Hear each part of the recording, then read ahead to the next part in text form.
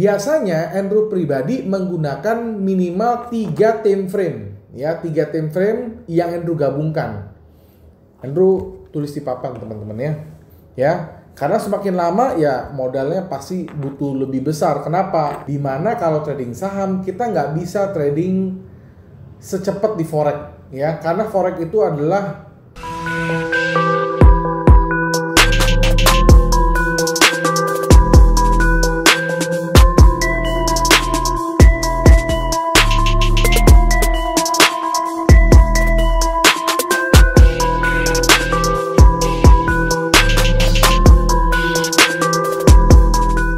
kerangka waktu forex apa yang harus diperdagangkan. Nah, untuk memilih kerangka waktu terbaik, pertimbangkan gaya perdagangan teman-teman dan strategi perdagangan apa yang teman-teman akan pakai.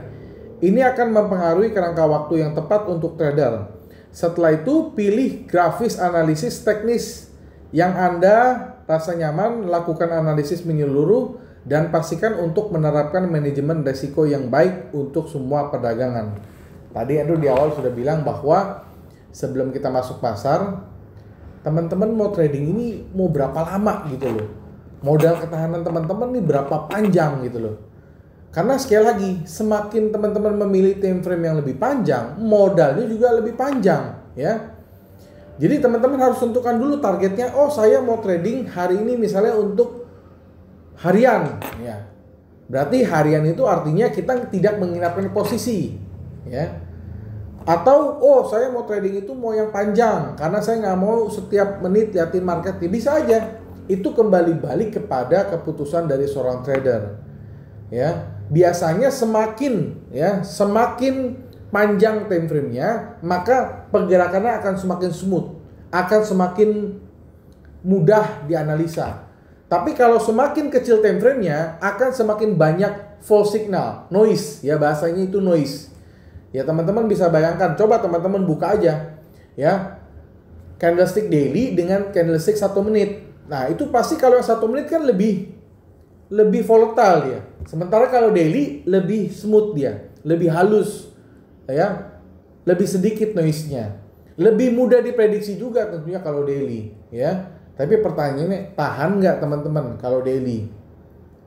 Biasanya kalau trading forex kan pengen cepat, ya. Hari ini masuk, pagi ini masuk, kalau bisa siang udah keluar. Pengen serba cepat kalau forex, ya. Nah, itu kembali balik kepada pilihan kita sendiri. Kita mau trading itu seperti apa dan strategi kita apa, ya. Tujuan kita trading mau apa? Apakah mau long term, mau medium term, mau short term atau scalping? Teman-teman silakan tentukan sendiri, ya. Menggunakan kerangka waktu forex yang cocok dengan strategi perdagangan. Nah, seringkali nih trader bisa mendapatkan pandangan yang bertentangan tentang pasangan mata uang dengan memeriksa kerangka waktu yang berbeda. Misalnya saat grafik harian mungkin menunjukkan tren naik, grafik per jam bisa menunjukkan tren turun. Tetapi cara mana yang harus diperdagangkan? Tadi Andrew sudah bilang, ya. Apabila kita menganalisa sebuah time frame, sebuah pair, misalnya kita sebut aja pairnya euro. Di daily misalnya time frame-nya naik, tapi begitu ganti hourly time frame-nya turun. Nah, saya mesti ngikutin yang mana? Pertanyaannya begitu kan? Jawaban Andrew adalah ikut pada saat time frame yang lebih kecil berubah mengikuti time frame yang lebih besar. Contohnya di papan nih, ya. Kita ambil contoh adalah pair euro USD. Lebih gampang aja ya. Sebenarnya ini berlaku untuk semua pair, teman-teman, ya. Misalnya ini pairnya ini adalah euro versus USD, ya. Banyak sekali teman-teman yang nanya, Pak, pada saat di time frame daily, ya, kita lihat analisanya adalah naik. Nah, lalu kalau kita ganti time frame yang hourly, ya, ini adalah analisanya turun. Mana yang saya harus ikutin? Apakah saya harus buy? Apa saya harus sell? Jawabannya gimana? Oke, jawabannya begini teman-teman. Kalau kita lihat daily, ya, kita lihat ini trennya naik, sementara di hourly harganya masih turun. Yang kita harus lakukan adalah tunggu, ya, kita harus wait and see. Nunggu apa? Nunggu time frame yang lebih kecil berubah menjadi mengikuti time frame yang lebih besar. Artinya apa? Kalau dia sudah time frame yang lebih besar daily di sini adalah naik. Kita tunggu hourly ini berubah dari turun berubah menjadi naik. Nah, ketika di sini kita baru lakukan open buy gitu loh. Ketika di sini kita sudah baru berubah dari turun berubah menjadi naik, berarti ini kan searah nih. Ini kan naik, ini kan juga naik nih. Berarti ini searah. Jadi ini yang Andrew maksud gitu loh. Ingat, time frame yang lebih kecil selalu mengikuti time frame yang lebih besar. Jarang sekali time frame yang lebih besar mengikuti time frame yang lebih kecil. Jadi urutannya adalah yang kecil selalu mengikuti yang besar, ya. Jarang ada yang besar mengikuti time frame yang kecil. Jadi itu teman-teman. Jadi apabila teman-teman nggak paham dengan hal tadi ya, jadi kebingungan ini dapat menghasilkan keresahan kontraproduktif di benak trader ketika mencoba untuk mengatur perdagangan. Oleh karena itu penting bagi trader untuk merencanakan kerangka waktu yang ingin mereka perdagangkan sesuai dengan strategi perdagangan teman-teman. Jadi itu ya teman-teman, kita lihat dulu. Ya, kita lihat dulu time frame yang besar arahnya kemana. Setelah itu baru kita lihat time frame yang satu tingkat lebih kecil, ya arahnya sama nggak? Kalau sama ya sudah kita boleh follow. Tapi kalau misalnya harganya tidak sama, arahnya tidak sama, kita tunggu time frame yang lebih kecil berubah untuk mengikuti time frame yang lebih besar. Dengan begitu teman-teman akan trading lebih akurat, lebih pasti ya teman-teman ya. Nah berikut adalah contoh perdagangan swing ya. Grafik Euro USD 4 jam memberikan signal menyesatkan yang menyarankan pembalikan tren ya. Teman-teman bisa lihat ya. Di sini kelihatannya seperti membuat higher high ya. Tapi ternyata ujung-ujungnya dia turun terus ke bawah. Nah, caranya gimana cara ngatesinnya? Nah, memasukkan kerangka waktu yang lebih lama memungkinkan untuk melihat gambaran yang lebih besar dari pasangan mata uang. Untuk mendapatkan gambaran tentang tren umum atau sentimen yang mungkin ada, sedangkan grafik kerangka waktu yang lebih pendek dapat digunakan untuk entry waktu masuk ke pasar. Kita lihat slide selanjutnya teman-teman. Nah, ketika kita ganti ke per daily ya, jadi grafik harian Euro USD ini menampilkan kelanjutan tren yang lebih jelas dan lebih mudah ya. Teman-teman bisa lihat. Tadi kan kalau kita lihat hampatnya terlalu banyak noise ya, terlalu volatile. Tapi kalau kita ganti ke time frame yang daily, ternyata sebenarnya trennya itu sedang turun ya. Dia hanya melakukan rebound sedikit, di mana dia nggak tembus resisten, akhirnya dia turun lagi ke bawah.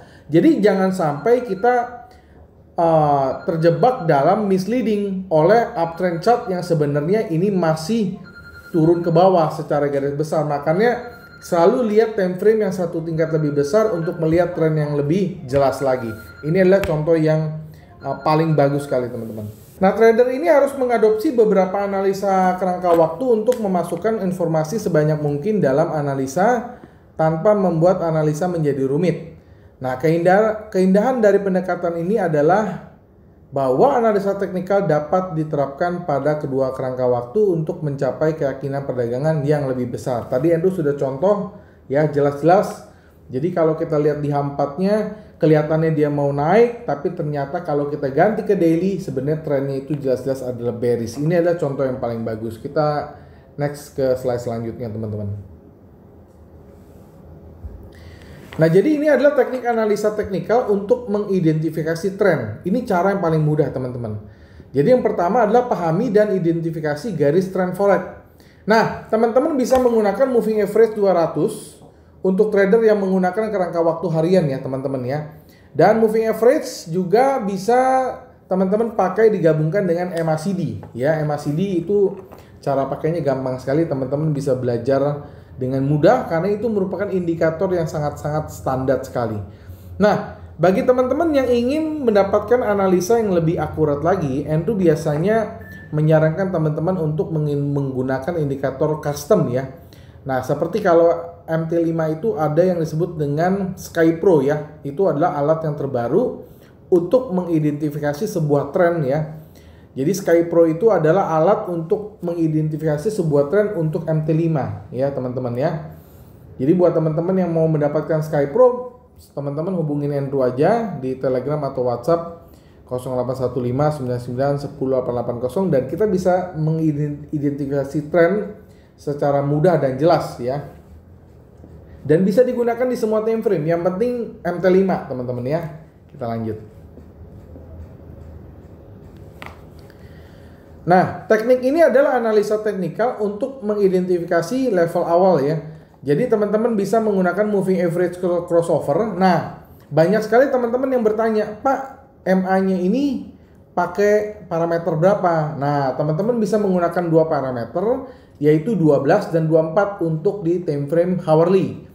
Lalu teman-teman bisa menggabungkan dengan analisa candlestick ya, pola-pola chart, dan juga menggunakan level kunci support dan resistance. Nah, untuk time frame yang kecil, yang lebih kecil, untuk entry-nya teman-teman bisa menggunakan indikator seperti RSI dan MACD lagi. Jadi RSI ini adalah indikator yang kita bisa pakai untuk mendeteksi arah tren ini apakah sudah overbought atau oversold, teman-teman ya. Trading dengan banyak rangka waktu seperti disebutkan di atas, jenis strategi perdagangan yang diadopsi akan sangat mempengaruhi kerangka waktu perdagangan forex yang dipilih.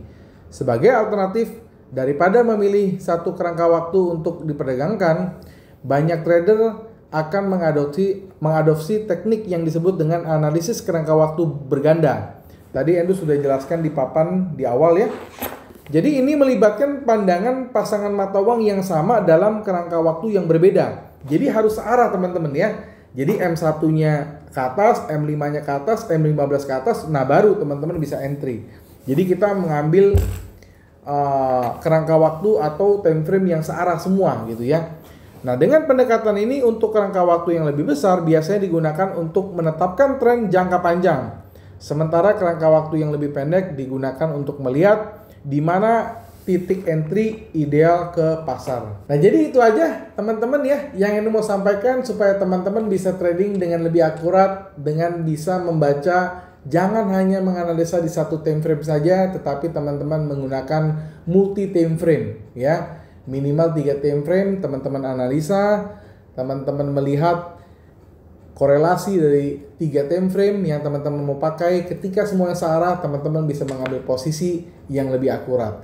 Jadi itu saja yang Endo mau sampaikan. Nah, buat teman-teman yang mau PowerPoint dari PPT ini yang Endo sudah buat, ya, silakan teman-teman donasi $10 saja, tetapi buat teman-teman yang mau gratis, silakan ya, like, komen, subscribe, dan share, lalu di capture dan dikirim ke email profitstraining@gmail.com. Akhir kata, sampai jumpa di video-video edukasi profit training lainnya. Salam profit.